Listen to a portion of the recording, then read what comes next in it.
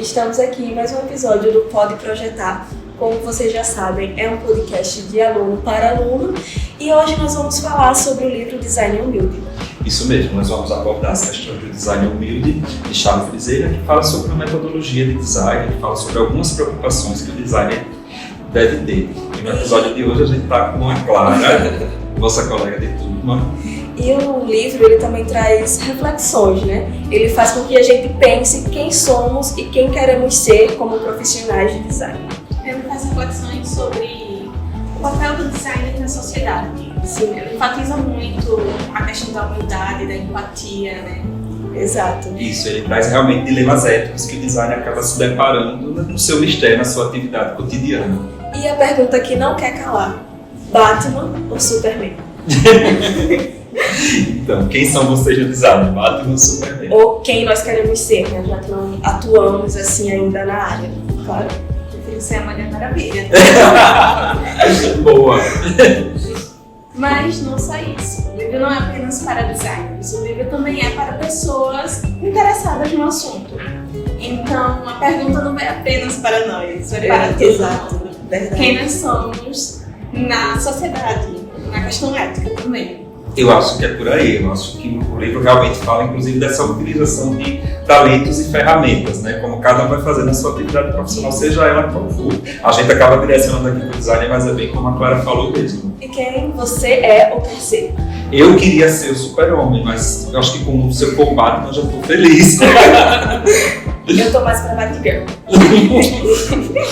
Eu achei que ela fosse dizer mulher gato. Né? Que eu gosto muito do Batman. E pode ir. Então, Charles Frizella, ele é um professor formado na UFPE, mas fez carreira lá em Santa Catarina e ele aborda meio que essas questões realmente metodológicas de design, a preocupação que o designer deve ter. E aí, numa dessas sacadas no livro, ele já começa assim, dizendo que como a nossa preocupação deve ser com problemas reais, né? Que mais está preocupado com definições, né? A gente tem que se preocupar realmente com aquilo que o designer se propõe. É que ele fala no primeiro capítulo, né, sobre os problemas verbais e os problemas reais. Aí ainda há muito esse questionamento sobre conceituar o design, o que é o design. Aí a gente vai para a questão dele ser arte, dele ser ciência, dele ser uma disciplina. E o que vocês acham? A gente pode colocar o design numa caixa? Óbvio que não, porque justamente o design não tem uma tradução específica, porque ele aborda muito, ele é amplo demais. É O multidisciplinar, design né? está em tudo. Está em tudo.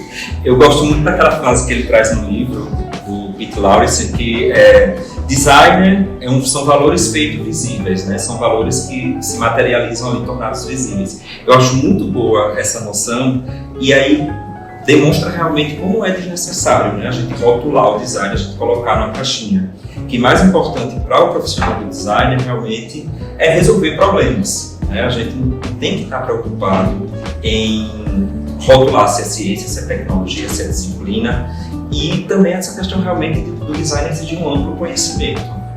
E assim, no livro fala sobre isso e eu concordo completamente, sobre essa questão de nós sermos... Acho que da gente não ser especialista. Exatamente, né? de nós não precisarmos ser especialistas em tudo. Por exemplo, a gente pode pegar um projeto de um consultório médico. A gente não precisa ser especialista naquela área para projetar. A gente, claro, tem que ter um conhecimento básico e como em todo projeto de design, voltando aqui para o design de interiores, a gente precisa ter essa ligação com o nosso cliente, né? Para quem estamos projetando. Então a gente não precisa ser necessariamente especialista naquela área, mas precisamos ter um breve conhecimento sobre. E ao mesmo tempo, assim, é bem aparentemente contraditório, mas na verdade complementar. Por outro lado, é bom quando você tem um conhecimento geral, né, quando a gente é meio generalista, porque a gente traz, de certa forma, esse conteúdo para os nossos projetos, né? Quando a gente acaba trazendo outras culturas, outras disciplinas, outros conhecimentos, o nosso repertório, né? E a gente acaba atravessando no projeto e esses conhecimentos nos ajudam mesmo na construção da solução correta. E também é falado sobre sermos todos designer. Vocês acham que todos nós independente de termos uma formação na área, não somos designers? E aí, Clara? Sim, como vocês falaram, design é achar soluções para problemas. E todos nós temos problemas, então todos nós vamos trabalhar nessas soluções. O design aqui é achar um método para essas soluções, para resolver isso. Isso, eu gosto muito daquele momento que eles tragam a citação que diz que ser designer é alterar uma situação. Então, a partir do momento que eu tenho uma situação, eu não estou satisfeito com ela, eu vou lá e crio alguma solução que vai me... faz design. Exatamente. Eu trago uma inovação que vai mudando isso, né? Que vai fazendo, enfim, me levando para onde eu queria estar. Ele fala muito dessa relação do design e criador, porque é essa relação que a gente faz na nossa profissão. Sim. E tem aquele lance também de que, por mais que sejam o mesmo problema, cada um pode ter uma solução diferente, né? Eu acho que por sermos pessoas diferentes, por termos uma bagagem diferente, isso acaba acontecendo. E o livro ele também fala sobre isso. E a gente vê isso na nossa faculdade, né? Eu lembro que eu comentei muito isso no primeiro período, que como, apesar de todo mundo ter o mesmo tema nas aulas de plástica, cada um trazia uma caixinha, só para contextualizar, cada aula de plástica, cada conteúdo, a gente tem que trazer uma caixa de sapato que contemplasse aquele tema. E como a caixa de sapato de cada um era diferente, né? O conteúdo, o revestimento, as cores, tudo. Como cada solução era única, cada abordagem era única. E até no segundo período, né? Porque todo período a gente tem uma banca interdisciplinar que envolve todas as matérias. E nesse segundo período, acabou que a gente acabou ficando com estilos parecidos, porque nós tivemos clientes fictícios, né? No segundo período Iguais. E todos eram os 4 projetos, clientes para dividir para 20 e poucas pessoas, né? Que tinha na nossa turma na época. E então eram 4 estilistas indígenas e nós tínhamos que projetar para ele, né? Eu e a Clara, nós pegamos o mesmo. Não, aqui cada um pegou diferente. Cada um pegou diferente. Mas muita gente pegou o mesmo estilista, projetou para a mesma pessoa, às vezes era até o mesmo estilo decorativo, mas cada um teve ali uma visão diferente, né? Olhando o todo, olhando a história do nosso cliente, as vivências dele, mas cada um olhou de uma forma diferente para solucionar aqueles problemas. Eu acho que isso se deve também ao fato da inovação, né? Como resultado do design não ser um ato único. Acaba que assim, se fosse um ato único, né? Tipo um sim ou não, uma resposta pronta, todo mundo daria a mesma resposta. Matemática, né? Matemática da vida. Mas como é um processo complexo, onde a gente vai ler o problema, a gente vai identificar o problema, a gente vai trazer nossa bagagem de como solucionar aquele problema, nossas experiências, acaba que, por isso que cada um traz uma solução tão diversa, porque é um método cognitivo complexo que cada um se vira com as ferramentas que tem. Você falando aí, me lembrou Bruno Munari agora. Sim, o primeiro episódio que a gente trouxe aqui o método do Bruno Munari, que fala muito sobre isso também, né? Aqui nesse livro ele traz algumas diferenças, assim, no método, né? Eu acho que uma diferença, assim, que eu notei em relação, puxando lá do primeiro episódio, quem perdeu volta lá e assiste. É que o método do Bruno ele é mais linear. Então você identifica o problema, você decompõe, você vai seguindo toda uma trajetória até chegar no final. Aqui o Charles Bezerra, ele vai mais para uma pegada de que muitas vezes a compreensão do problema surge junto com a solução. Sim. Então ele diz, às vezes você olha para o problema, pensa na solução e vai compreendê-los juntos, ou seja, não é uma coisa tão linear, né? Existe um caminho, existe um processo mental a ser percorrido, mas muitas vezes ele não é uma faixa contínua. Às vezes você entra aqui, entra por lá, volta, né? E vai até chegar na solução desejada. Exatamente. É como se fosse surgindo problemas e você vai destrinchando eles até achar uma solução que vem naquele caso, né, de soluções podem trazer problemas. Parece minha vida isso. Resolve uma coisa, já aparece outra. Sempre. Mas é exatamente isso que o André falou, né? Você tem ali um problema, você vai tentar solucionar ele, mas através daquele problema, daquela solução gera outro problema e vice-versa. Um exemplo que a gente chegou quando estava lendo o livro, que tinha um banco, a gente chegou numa situação hipotética, tem um banco e a gente vai ter que pensar nos problemas para solucionar esse banco. Foi uma sala, né, que a gente pensou primeiro, uma sala que está precisando de mais assentos, por exemplo. Aí tem um banco ali. A gente pode usar aquele banco para complementar esses assentos, E mas... os problemas foram surgindo. E se pessoas idosas forem, esse banco vai ter um assento, vai ser ergonômico, vai ser acessível. E é isso que o livro vai trazer. Essa solução de problemas do criador para sua criação. Eu acho que passa também pela história da antecipação e planejamento, né? Quando você começa a imaginar se vão ter pessoas idosas, pessoas com necessidades especiais, né? Ou pessoas com deficiências, qual o público daquela sala, né? Eu acho que acaba, como você disse, de um problema a gente pensa em soluções que surgem, que demandam novos questionamentos, consequentemente novos problemas, né?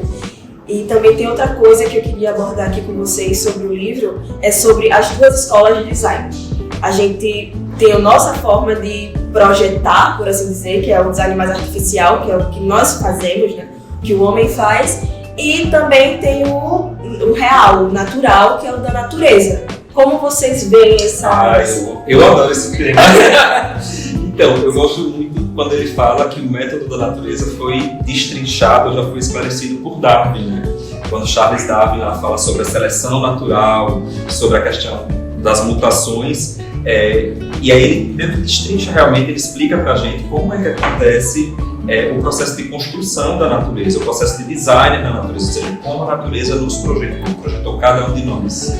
É uma questão de ser mais lento, de não ter ali o pensar no resultado final, né? É algo mais... Pois é. É algo duradouro, né? Também. Ele fala muito isso, que é algo perene, ou seja, de certa forma, evolutivamente, a gente está sempre aperfeiçoando, a gente está sempre mudando. Então, né, o humano daqui a 1 milhão de anos, daqui a 100 mil anos vai ser diferente. Só que a gente, como designer, não tem esse tempo todo, né? Ele fala justamente, nós somos movidos a prazos, Sim. Né? Prazo, orçamento, né? Então, somos limitados, de certa forma, né? Por questão financeira, por prazos que a gente tem a cumprir. Tem essas questões. Isso engessa o processo, né? Ao contrário da natureza, que tem todo o tempo do mundo, né, para projetar, a gente não, a gente tem limitações e aí faz com que o processo seja interrompido, de certa forma. E é por isso também que a gente tem que ter a humildade de reconhecer, caso lá na frente, por exemplo, a gente cria algo. Criei aqui, fiz aqui um banco, projetei um banco, mas lá na frente vem outro design e vê algum erro no meu banco, por assim dizer, ou ver uma forma de deixar ele melhor. Eu tenho que ter a humildade de aceitar e entender que eu projetei, naquela época foi uma solução boa, mas que futuramente não foi, sabe? Naquele momento que aquele outro design chegou, olhou aquele meu projeto e encontrou uma forma de melhorar, eu também não posso ter o ego de dizer não, porque eu projetei tudo perfeitamente e que vai solucionar todos os problemas do mundo, né, do usuário, enfim. Eu acho que a gente tem que ter também essa questão da humildade, eu acho que o livro traz isso. Coach Brenda ensinando como lidar com críticas nesse momento pessoal. Mas eu acho que é bem isso, ele fala muito sobre essa questão da gente desapegar e da gente testar as nossas soluções, né, os nossos designs, aquilo que a gente criou. A gente realmente tem que se desapegar, deixar que outro faça melhor, que outro evolua e também deixar que outro critique, né, até para a coisa poder de fato aperfeiçoar. É aí que entra também a questão do Batman e do Superman. Mas a gente só vai falar sobre isso mais tarde. Quer saber essa resposta? O que é que eles estão falando? Continue aí assistindo. Não virou um podcast televisivo, não, tá? Aguarda aí. Aí a questão é, a gente sabe que o design natural, real, da natureza, ele é acidental, né, por assim dizer. Sobrevive ali quem for mais forte, quem se adaptar melhor. E o design... natural. Exatamente. E o design artificial, ele é acidental, ele pode ser acidental. Então, eu acredito que o design, como a busca por uma solução, ele sempre vai ser intencional. Sim. Né? Agora, às vezes, no percurso, a gente acaba por acidente achando que a gente não queria, né? O que a gente não tinha pensado. Então, de repente eu estou querendo construir um banco para uma sala e acabo achando, sem querer, sei lá, uma solução para armazenamento, por exemplo. Só que aí ele pontua no livro que mesmo nesse caso há uma intencionalidade. Qual é a intencionalidade? De identificar aquilo que eu achei por acidente como solução.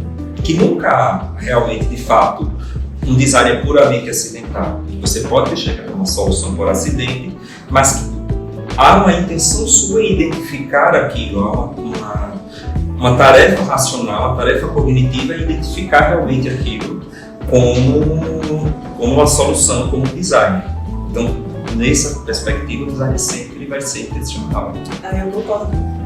Eu gosto também muito daquela fase, estou falando muito, eu gosto muito também daquela diferença que ele faz do natural e do artificial, da questão de transferência de tecnologia. Que ele diz que o da natureza, até por não ser intencional, não há essa transferência. Então, por exemplo, o cavalo não pode olhar para o pássaro, esse é o exemplo que ele traz, e dizer que era aquelas asas e sair voando.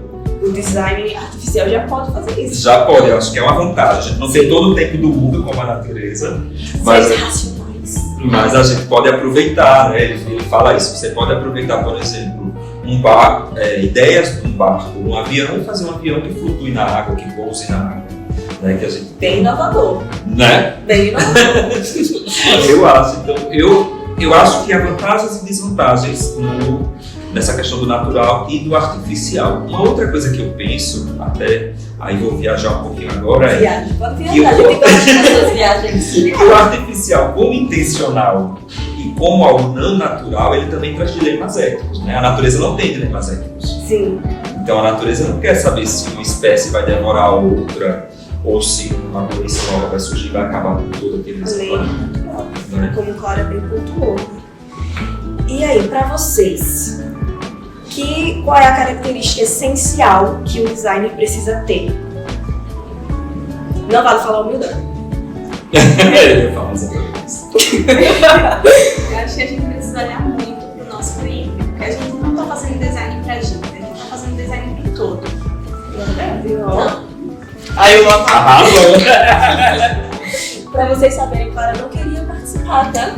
Tava com vergonha, mas tá aqui falando maravilhosamente. Não prometeu nada e tá entregando tudo. Entregou tudo, né? Arrasou. Próximo vai ser as outras pessoas que a gente vai chegar lá. A gente vai puxar uma hashtag aí, fica clara, tá? E pra você? Então, eu ia falar a humildade, mas eu acho não vale, humildade não vale. A Clara suscitou uma coisa muito interessante, assim, quando ela fala dessa questão do outro, né? E aí eu acho que o outro é o cliente. E eu gosto, a partir dos questionamentos do livro, de entender também o nosso cliente como a humanidade, como a coletividade. Sim, a sociedade, né?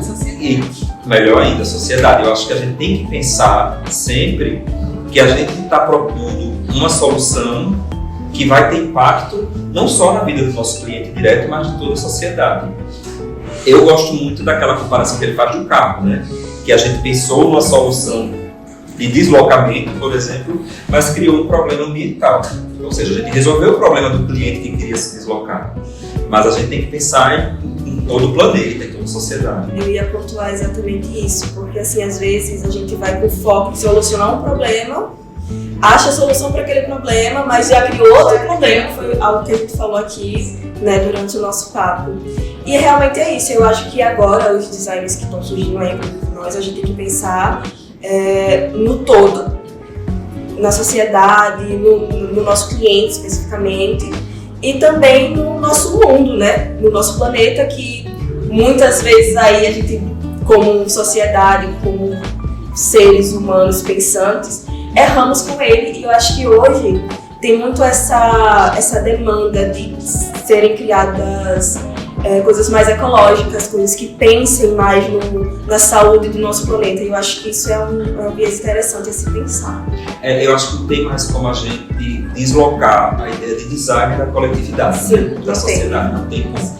Não há design que dispense pensar o coletivo. Então, todo design tem que pensar sempre no todo, né? Então, eu acho que isso é muito importante. Eu também acho.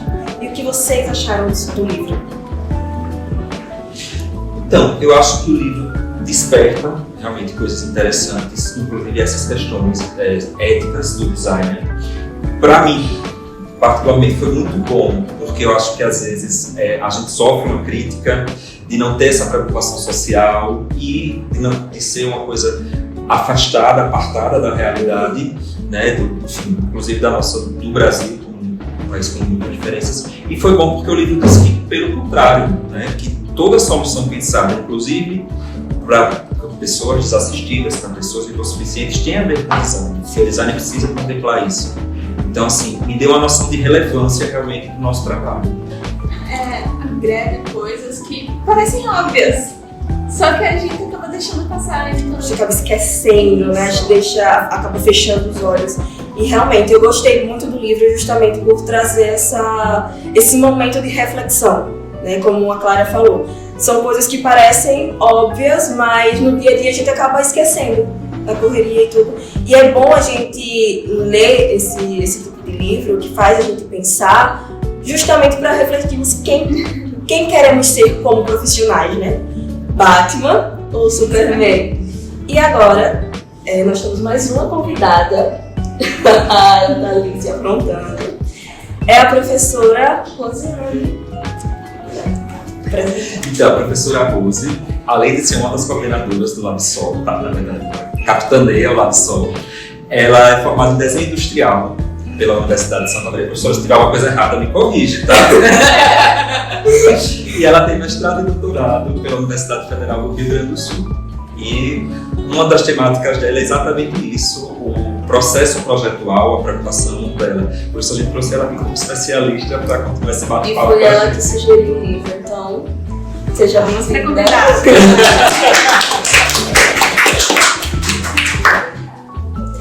Seja bem-vinda ao Pode Projetar, o nosso projeto, né? Porque inclui todos nós. E a pergunta que não quer calar: quem é você no mundo do design? Batman ou Superman?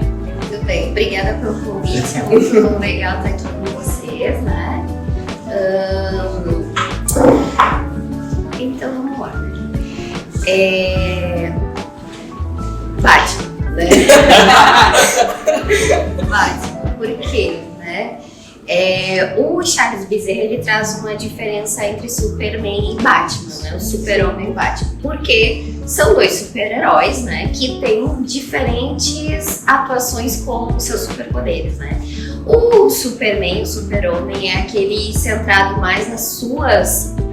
na sua autonomia, no seu poder, né? De salvar o mundo todo. Já o Batman tem um cinturão de muitos acessórios, né? Sim. E aí essa relação que ele faz com o designer, porque o designer ele tem a possibilidade de acesso a muitas ferramentas, né? E ao longo do livro, o Charles ele vai destrinchando o que seriam essas ferramentas, né? Muito baseado no nosso processo cognitivo, do pensamento humano, né? Então ele fala que, inclusive no capítulo que vocês mencionaram, que todos são designers, né? É um dos capítulos do livro.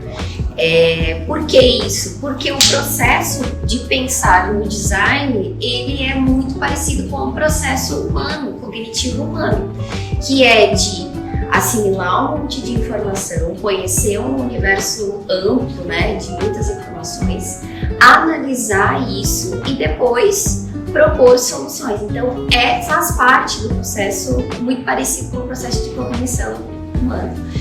Então, o Batman, né, que ele coloca que nós devemos ser designers Batman, né, porque a gente tem acesso a muitas ferramentas que nos ajudam a propor soluções para os problemas, né, diversos que aparecem na nossa vida profissional. Então, por isso Batman e não Super-Homem.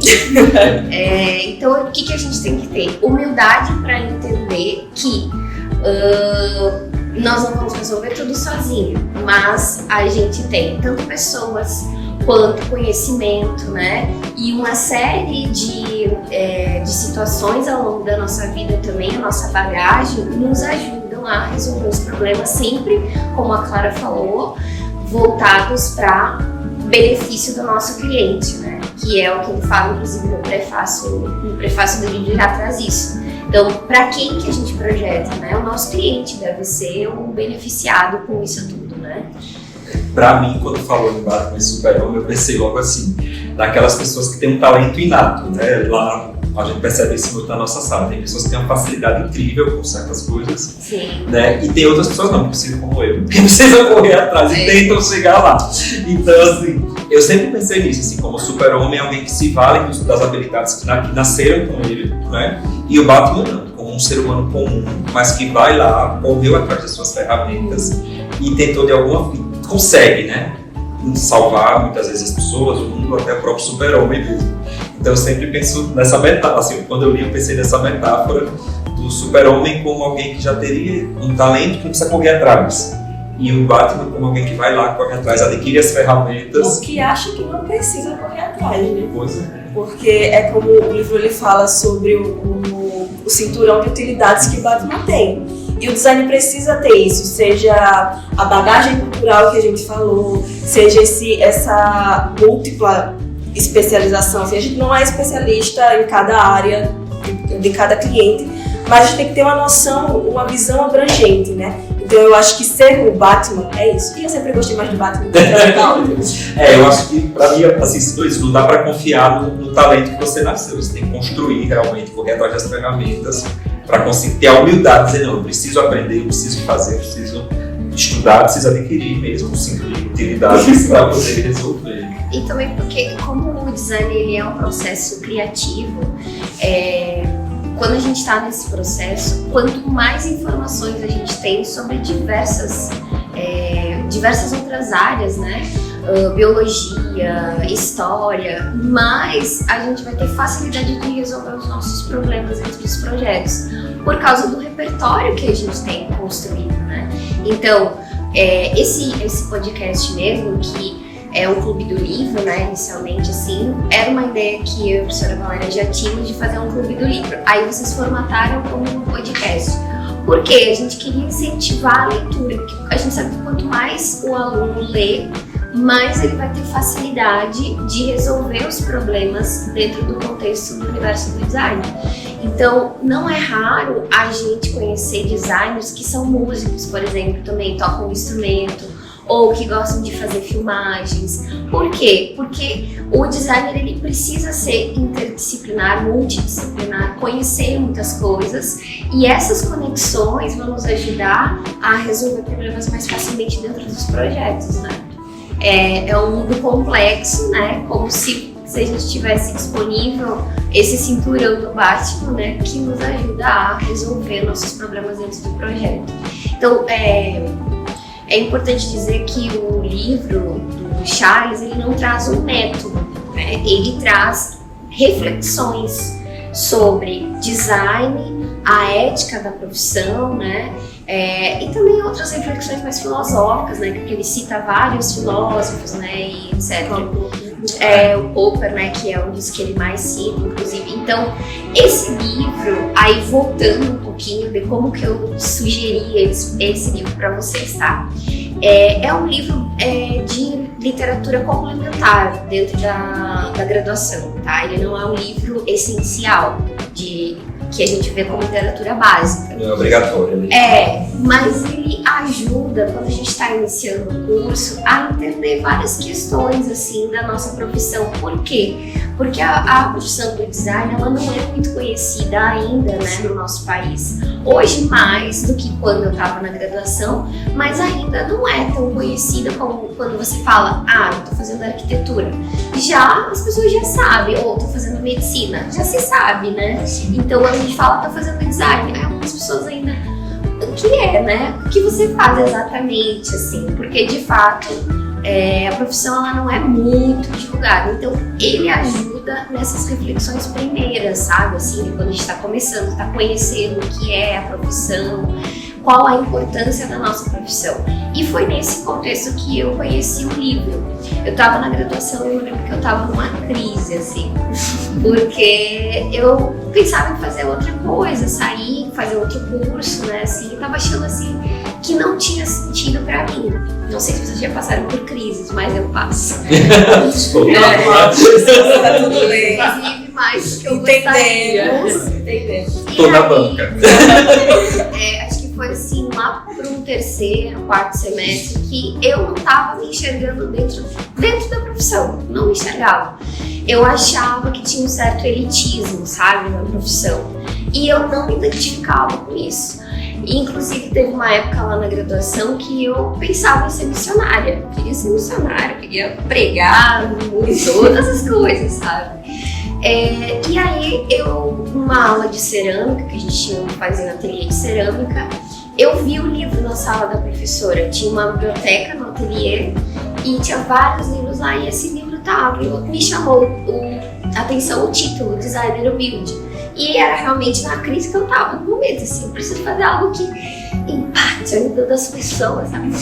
Aí, quando eu li o livro, eu comecei, nossa, mas tem uma outra faceta da profissão que eu não conhecia naquele momento, né? E aí ali eu fui mais me envolvendo em grupo de pesquisa a partir daquilo, sabe? Então essa leitura foi que me despertou algo que eu não conhecia ainda da profissão, né? Aí a partir disso eu me envolvi numa pesquisa de projeto de brinquedos, que já desde aquela época já pesquisava, comecei a pesquisar sobre isso. A professora Fabiane Romano, ela pesquisou uma época sobre isso, foi minha orientadora. E aí eu entrei junto com duas outras colegas nessa pesquisa, e foi aí que eu me identifiquei, né? Foi aí que eu me achei. Não, existe um lugar para mim dentro do design, né? E logo depois que eu saí da graduação, acho que 2 semanas, eu já entrei no mestrado. Porque eu decidi que eu queria ser professora, eu queria seguir a carreira docente. Eu acho assim que você via mais os designers supermans, por assim dizer, e não se identificava com aquilo, né? Você via mais aquelas pessoas, por assim dizer. Essa coisa que tem na profissão, que é um estrelismo, né? Sim. Assim, e que eu não me identificava, né? Então o próprio Charles, ele vai falar, né, que o designer humilde é aquele que reconhece a sua comunidade, ao seu redor, né? Então é muito mais pé no chão, assim, então muito mais perto do que eu me identificava naquele momento. Então, assim, por isso que eu tenho uma aproximação com esse livro, apesar de existir muitos outros que eu poderia trazer aqui para falar sobre design de produto, que é a minha formação, mas esse aqui eu tenho um afeto especial por causa disso, porque ele me ajudou num momento de encruzilhada, digamos assim, né? Pra sorte nossa, né? Que bom, né? Eu não consegui deixar de pensar que a professora, quando ela falou que queria ser missionária, ia ser uma designer da salvação, né?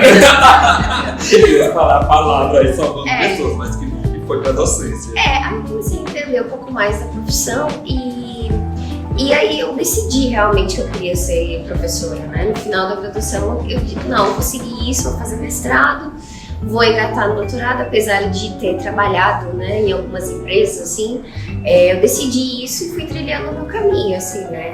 E hoje eu vejo que a docência, para mim, ela é um sacerdócio, eu realmente levo muito a sério, assim, né. Mas é um processo de construção, né, cada um tem a sua jornada, assim. Eu acredito que hoje eu estar no lugar que eu estou, acho que Deus me colocou de alguma maneira aqui, né? Então, e eu amo a minha profissão. Hoje eu não me vejo muito assim fazendo outras coisas. Gosto muito de outras profissões, admiro, mas eu acho que eu encontrei um lugar. Inclusive agora eu tô numa crise, porque como professora a gente acaba não criando as próprias coleções. Isso tá me fazendo falta, que é o lado de projetar. Eu sinto muita falta disso, né? E, inclusive, é um dos pontos, né, que o Charles fala da importância de pensar a sustentabilidade dos projetos, né? Que isso é ser um designer humilde, né? Que é você pensar dentro do contexto de mundo, né? Sobre para onde vai o que você projetou depois, né? Então, esse é um dos itens do designer humilde, né? Para mim foi a parte que mais ficou do livro, essa parte que ele fala dessa preocupação com sustentabilidade, com o futuro, com o coletivo, e também assim, purga às vezes essa imagem que as pessoas têm da gente especializada em interiores como uma profissão fútil, né? Como uma profissão que não tem, traz também esses dilemas e esses questionamentos sociais, e no caso ambientais também. Só uma coisa, eu acho que como professora, quer dizer, senhora, você continua salvando, de certa forma, vidas, né? Porque eu, como aluna, eu sei que há professores e professores. Alguns professores, eles podem até desanimar a gente, mas tem outros que elevam, de certa forma, faz a gente ter mais interesse, faz a gente tomar decisões muito importantes para a nossa vida. Então, continua sendo uma missionária, de certa forma, só que em outro segmento, né? E eu acho que você já falou um pouco sobre isso, mas a gente queria aqui perguntar qual deve ser a prioridade do designer? Então, eu gosto muito quando o Charles ele traz assim que na época quando ele escreveu esse livro, foi em 2011, né? Ele fala que já tem alguns anos, né, que ele escreveu, mas assim, acho que continua sendo uma verdade, assim, que a gente ainda não tomou conta ainda da importância do design. Eu acho que a gente ainda não, como todos, assim, né? Da importância, inclusive, que a gente tem que assumir lugares políticos, né? De ensinar, né? De educação, né? De crianças e tal. A gente não assumiu todos os lugares que o design pode chegar ainda, né? Então, eu gosto muito disso que ele fala, né? Dessa questão ética, pensando que tudo que você pode projetar pode trazer o bem para alguém, né? Você tem que colocar isso no seu projeto, né? Pesar mais o que é bom e o que é bem dentro dos projetos, né? E tentar chegar nesses lugares, sabe? Educar, estar em lugares políticos, né? Estar em lugares que a gente ainda não conquistou como designers, eu acho que tem melhorado, mas a gente ainda não está ainda nesses lugares. De ensinar, sabe? Então, quando eu projeto uma cadeira para uma criança, eu posso ali estar ensinando ela algumas coisas éticas também, sabe?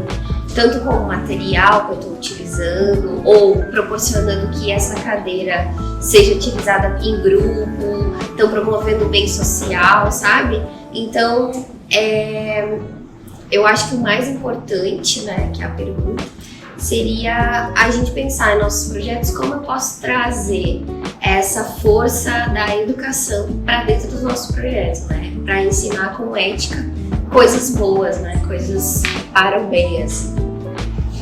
O produto não é só o produto, tem todo um valor ali que você traz também. Exato. Né? Você pode multiplicar de alguma forma, né? Exatamente. Esse seria o design do futuro, professor. Onde é que você acha que vai ser a dificuldade da sua apesar da professora ser bem mais jovem do que eu, de chamar você, mas onde é que você acha que o design vai chegar? Qual o futuro do designer?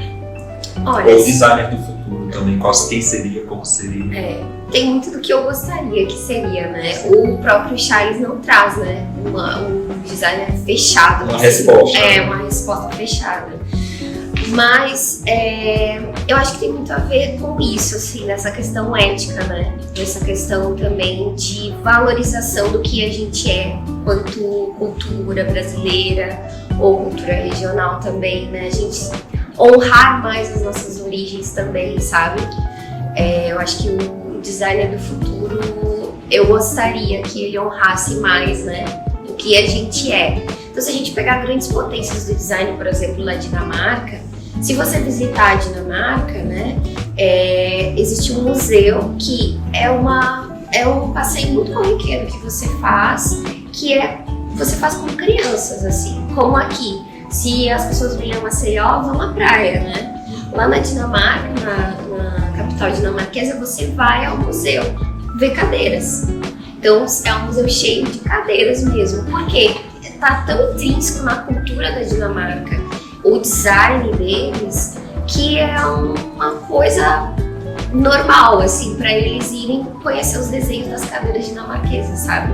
Então, eu queria que a gente fosse assim, que tivesse em cada lugar, em cada cidade, né, assim, lugares onde fosse corriqueiro a gente conhecer design, a gente saber a importância do design e que as pessoas, no senso comum, soubessem conhecer também o que é um bom design, o que é uma boa cadeira, o que é um bom ambiente para se estar, né? Então, eu gostaria que a gente atingisse esse patamar, assim, né? E sem perder a valorização do que a gente é como cultura, sabe?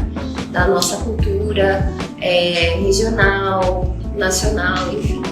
Ou seja, o design não precisa ficar restrito a especialistas, né? Mas o ideal é que ele fosse para o povo, né? Exatamente, porque muito da nossa cultura ela não é valorizada, né? Então isso a gente vê refletido também na nossa profissão. Mas eu gostaria que essas fronteiras se abrissem, assim, né? Eu acho que o design do futuro vai expandindo essas fronteiras, né? Hoje a gente vê muito mais a valorização do regional, né? que é uma grande tendência mundial, inclusive, né? Mas a gente não vê estabelecido nas comunidades isso, né? Embora aqui, né? a gente não vê em muitos lugares isso, né? Então, eu gostaria de ver, sabe? Porque as comunidades, as nossas comunidades, as cidades, enfim, elas são um berço, né, de cultura. Então, essa relação é totalmente possível, né? Só a gente não vê isso divulgado, né? A gente não vê o design ainda muito expandido, difundindo essas fronteiras, né? Então, I have a dream, né? Eu tenho um sonho, que é ver isso, o brasileiro valorizando mais o brasileiro. Porque o mundo todo tem valorizado as questões, né, da brasilidade, enfim, e a gente não valoriza. Né? Então eu tenho um sonho, né, onde toda a cidade brasileira se saiba o que é o design. E o LabSol faz parte desse sonho, está no ciclo de utilidades aí para a realização desse sonho, por exemplo. Bom, então o LabSol, tanto é que o nome, né, o nosso grupo de pesquisa é Laboratório de Soluções em Design, porque tanto o Charles quanto outros autores vão trazer que o design, ele tá muito ligado a problema, né? Problema. Não tem muitas palavras, problema, solucionar problema. E aí eu quis trazer a palavra soluções, né, que ali tá o nosso logo, logotipo, que traz a palavra solução, porque eu acho que muito o peso da nossa profissão, ele tá cada vez mais como um solucionador e não relacionado ao problema. Nós não somos o problema, nós somos a solução. Então por isso a proposta desse nome, que passou por vários outros nomes, a professora Valéria e eu discutíamos, teve uns 3 ou 4 nomes pelo menos assim. Aí chegou nesse nome, LabSol, Laboratório de Soluções em Design, porque a gente queria abranger soluções variadas dentro do contexto do projeto de design e porque a gente tinha muitas demandas, estávamos em muitas frentes. E também porque a gente acredita nisso, que o design ele vem para solucionar muita coisa na nossa comunidade, na nossa sociedade como um todo. E o grupo é recente, né? Agora vai fazer 1 ano oficialmente, embora a professora Valéria já vimos pesquisando, né, e tal. Mas oficialmente tem 1 ano e o Pode Projetar vem dentro agora da nossa cartela de projetos, né, entre muitas coisas que a gente faz. Então é um sonho que, esse dia eu estava até inclusive pensando sobre isso, foi um sonho que surgiu quando eu decidi que ia ser professora, eu vou ter meu laboratório, não sei o quê, e ficava pensando, sabe, assim, então é uma realização de um sonho, assim mesmo, né, de um projeto que surgiu lá quando eu iniciei o mestrado e que agora é um efetivo, assim, né, às vezes a gente não dá atenção, né, para as pequenas coisas que a gente vai construindo. Então isso aqui que a gente está vendo hoje, para mim é uma realização de um sonho. Discutir a nossa profissão, né, esse diálogo que é tão importante, vocês que ainda estão na graduação, saber o que é a profissão para poder defender a sua própria jornada, né, ao longo da vida de vocês. E é isso. Foi muita coisa.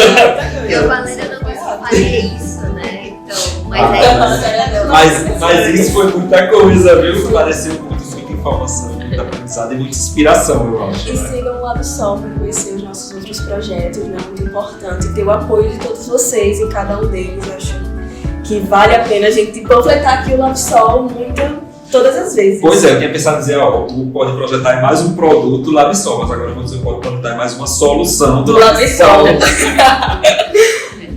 Então, professora, muito obrigada por nos ter sugerido o livro, né? Eu acho que em todas as nossas discussões aqui, a gente acabou solucionando muitas coisas na nossa cabeça, né? Problemas que poderiam ter e até os que poderiam vir futuramente. Então, foi muito bacana a leitura. Muito obrigada também por aceitar participar aqui, né, do nosso projeto como um todo. Então, eu acho que também, muito obrigado pelo livro. Eu acho que não só esse livro, outro também, mas esse em especial instiga a gente, né, algumas questões como designer e traz até novas luzes para coisas que a gente nem tinha pensado. Então, o LabSol é isso. O LabSol vai jogando uma luz ali e a gente acaba ficando com algumas pulgas atrás da orelha, algumas questões éticas que a gente precisa desenvolver mesmo nesse campo da formação que a gente está, né? Eu acho que a gente está começando a trilhar um caminho aí, é bom a gente ter certas dúvidas também. Exatamente. E certas diferenças. Leiam livros. Leiam livros. Se você for designer ou se não for, leiam livro. É muito importante. É muito agregador na nossa vida mesmo. Com certeza.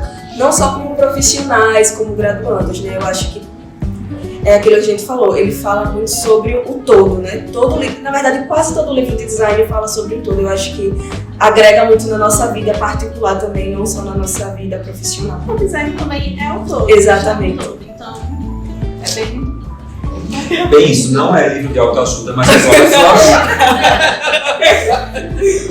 E muito obrigada, pessoal. Até o próximo episódio. Esperamos vocês no próximo episódio. É isso, obrigada, bom dia, boa tarde, boa noite. Obrigada pela oportunidade. Nós que agradecemos, professor.